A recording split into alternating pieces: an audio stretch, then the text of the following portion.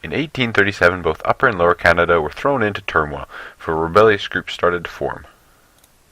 The Lower Rebellion in Lower Canada was led by Louis-Joseph Papineau and his patriots.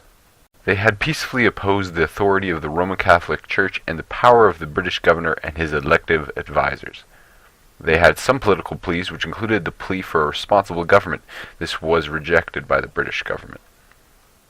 With the rejection and the economic depression for the French-Canadian farmers in the 1830s led to the rebellious acts in November 1837. These were a series of battles that happened between the Patriots and the trained British regulars.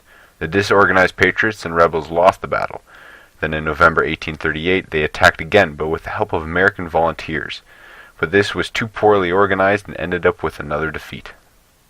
During the time in Upper Canada, William Lyon Mackenzie, a newspaper publisher and politician, with his fellow followers opposed the land grant system that favored the British, and many of whom were also denied political rights. He then tried to get his radical political followers to seize control of the government to make it a republic, but they didn't. So on the 5th of December, around 100 poorly armed and unorganized men marched south on Yonge Street.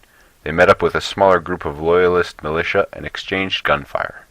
3 days later, the rebels had been dispersed by the loyalists. Then later, a small group of rebels attacked again, but again they were dispersed. Many of those rebels fled to the U.S. Due to the rebellions in Upper and Lower Canada in 1837 and 1838, Britain sent Lord Durham to North America to investigate the cause. This led to the Durham Report, which reforms and changes the union of the two Canadas into one colony, along with suggestions to change the government to a responsible government, which was rejected by the government in London. A few years later, in September 1864, the Maritime Provinces, New Brunswick, Nova Scotia, and Prince Edward Island, came together for a conference. It was called the Charlottetown Conference. Its purpose was to join the three provinces together. Around a month later, politicians from 5 British North American colonies gathered in Quebec City. This was to continue the talk of joining the colonies together and finalizing some of the undecided and some of the issues of the creation of the new government.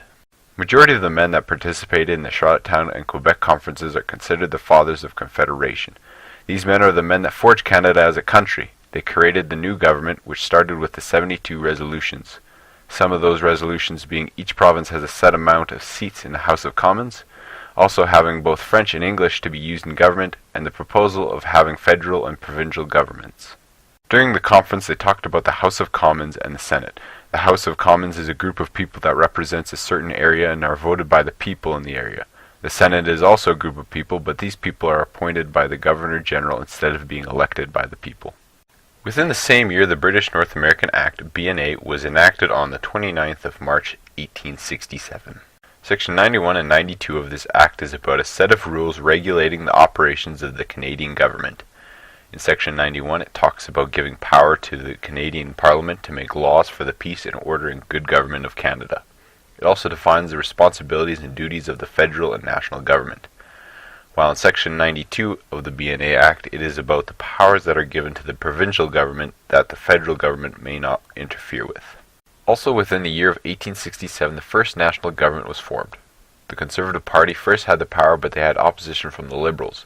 The Liberals wanted to have free trade with the United States and grow more independent from Britain, while the Conservatives disagreed. They wanted to keep their ties with Britain and have taxes on any imports from outside the British Empire.